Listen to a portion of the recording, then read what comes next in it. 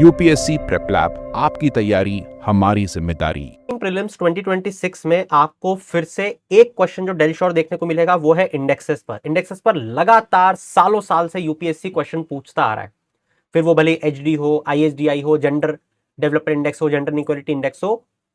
पहले लेक्चर में ऑलरेडी मैं आपको एचडीआई और आईएसडीआई के बीच में डिफरेंस बता चुका हूं। इस पर्टिकुलर लेक्चर में हम इसका दी एंड करेंगे। अब इस चीज को बहुत अच्छे से समझो। इन क्वेश्चंस को क्रैक करने के लिए आप इन्हें रट कर जा ही नहीं सकते। मैं आपको बताता हूं कारण क्या है। आगे बढ़ने के पहले, जैसे कि आप में से बहुत सारे लोग ऑलरेडी जुड़ चुके हैं, बहुत सारे लोग हमारे साथ प्रिपेयर कर रहे हैं, बट अभी तक जो लोग नहीं जुड़े हैं, मैं बता दूं कि आप यूपीएससी प्रेप लैब को आपकी पूरी जर्नी स्ट्रेटेजाइज करने के लिए for the UPSC civil service preparation आप जरूर ज्वाइन करो at very affordable cost. We are working very hard to make your preparation better than your competitors. Do check out. चलिए शुरू करते हैं। अगर मान लो आपने जेंडर इनइक्वालिटी इंडेक्स को रट लिया, ये सारे पैरामीटर्स याद कर लिए, और तुरंत यूपीएससी ने क्वेश्चन घुमा दिया जेंडर डेवलपमेंट इंडेक्स का, जो कि मान लेते हैं आप वो भी पढ़ के चले गए, आप इन दोनों के बीच में डिफरेंशिएट ही नहीं कर पाओगे। आप भूल जाओगे। आप भूल जाओगे कि जेंडर डेवलपमेंट इंडेक्स में रिप्रोडक्टिव हेल्थ आता है या जेंडर इनइक्वालिटी इंडेक्स में रिप्रोडक्टिव हेल्थ आता है। आप समझ रहे हो? तो इसको पढ़ने का जो तरीका है वो है कंपैरिजन चार्ट फॉर्मेट। इसी कारण से आपको लग रहा होगा कि इतने छोटे छोटे में हाथ से लिखने की क्या जरूरत पड़ रही थी, मुझे क्यों इतनी मेहनत करी, कॉपी पेस्ट कर देता, एआई से 2 सेकंड में जनरेट। ये फर्क होता है जब मेहनत करते हैं, जो कि हमने करी है साथ में मिलकर। जब इसका आउटपुट आएगा ना एग्जाम में, तब आपको उसका एहसास होगा, वो फील डेवलप होगी। अब देखो क्वेश्चन कैसे पूछ रहा है। जेंडर इनइक्वालिटी इंडेक्स पूछा, 3 पैरामीटर दिए। पैरामीटर एकदम फिक्स रहते हैं यूपीएससी के। एक पैरामीटर होता है जिसमें पूछता है किन किन पैरामीटर्स पे इसे मापा जाता है। दूसरा पैरामीटर होता है कि इसका ऑब्जेक्टिव क्या होता है, और तीसरा होता है 0 से 1 रैंकिंग में 0 आएगा तो बेस्ट है या 1 आएगा तो बेस्ट है। आप कोई भी क्वेश्चन उठा लो।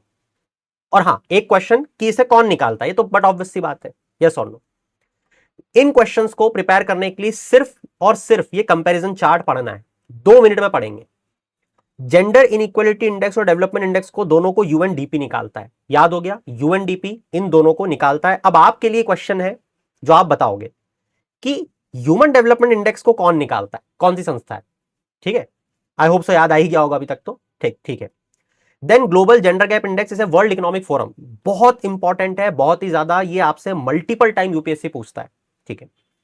जेंडर इनइक्वालिटी, नाम से समझ में आ रहा है, जेंडर के बीच में इनइक्वालिटी, उसको मेजर करने के लिए काम आता है। मतलब कितना लॉस हो रहा है इनइक्वालिटी के कारण भारत में, इसे जेंडर स्पेसिफिक इश्यूज में ये निकाला जाता है। इसको 3 डायमेंशन से मापते हैं, रिप्रोडक्टिव हेल्थ, एम्पावरमेंट और लेबर मार्केट। आप देख रहे हो, लॉजिकली सोचोगे तो भारत पर जितनी भी वर्ल्ड बैंक की रिपोर्ट आती है, क्या कहता है वो, कि लेबर पार्टिसिपेशन वुमेन का वर्कफोर्स में जब तक नहीं बढ़ेगा, जब तक हमारी जीडीपी इंपैक्ट हो रही है, बढ़ जाएगा तो इतना % लेबर फोर्स पार्टिसिपेशन वुमेन का बढ़ता है तो इतनी जीडीपी भारत की बढ़ जाएगी। यस और नो? ये वो है। आपसे बार बार बोला जाता है वुमेन को एम्पावर। क्या है वुमेन का एम्पावरमेंट? हम क्या लेके आ रहे हैं? नारी शक्ति अधिनियम क्यों लेकर आ रहे हैं? क्यों पॉलिटिकल रिप्रेजेंटेशन दे रहे हैं वुमेन को? देन रिप्रोडक्टिव हेल्थ, उनकी हेल्थ, मैटरनल मॉर्टेलिटी, आपने सब पढ़ा हुआ है। जेंडर डेवलपमेंट इंडेक्स, इसको याद रखने की जरूरत नहीं है, same as human development index. ठीक है, 3 पैरामीटर है। Then global gender gap index, अब क्योंकि ग्लोबल लेवल पे है तो ऐसा याद रखना, क्योंकि ग्लोबल है तो ग्लोबल लेवल पर पैरामीटर्स भी ज्यादा होंगे, तो यहां पे 4 पैरामीटर है। स्पेसिफिक यहां पे दिया हुआ इकोनॉमिक पार्टिसिपेशन, एजुकेशन, हेल्थ और पॉलिटिकल एम्पावरमेंट। इस एम्पावरमेंट में सब तरीके के एम्पावरमेंट आ जाते हैं, इकोनॉमिक, पॉलिटिकल। ठीक है। आपसे पूछा जाएगा स्पेसिफिकली कि बता, इस जेंडर इनइक्वालिटी इंडेक्स में क्या इनकम एक पैरामीटर होता है क्या? जवाब है नहीं होता है। यहां पूछा जाए रिप्रोडक्टिव हेल्थ होता है क्या? नहीं होता है। ठीक है, तो इनकम कहां पे दिया हुआ है और यहां पे दिया हुआ है। स्पेसिफिक मेजर में अगर देखें तो ये चीज हमने यहां पे देखी। ठीक है। इसके बाद में अगर रैंकिंग की बात करें तो 0 to 1, 0 to 1, 0 to 1, यहां पर जितना कम उतना बेटर। ठीक है। यहां पर जितना ज्यादा, ऑफ कोर्स डेवलपमेंट जितना ज्यादा होगा उतना बेटर, इनइक्वालिटी जितनी कम होगी उतनी बेटर। ये दोनों सबसे इंपॉर्टेंट है। ठीक है। Then it includes income, no. It includes income, yes. It includes income, yes. बहुत इंपॉर्टेंट था। और फाइनली आपको जेंडर इनइक्वालिटी इंडेक्स में सिर्फ इसका, इन दोनों को आप छोड़ सकते हो as per my gut feel. इसकी रैंक आप मुझे बताना कि जेंडर इनइक्वालिटी इंडेक्स में भारत की क्या रैंकिंग है। ठीक है।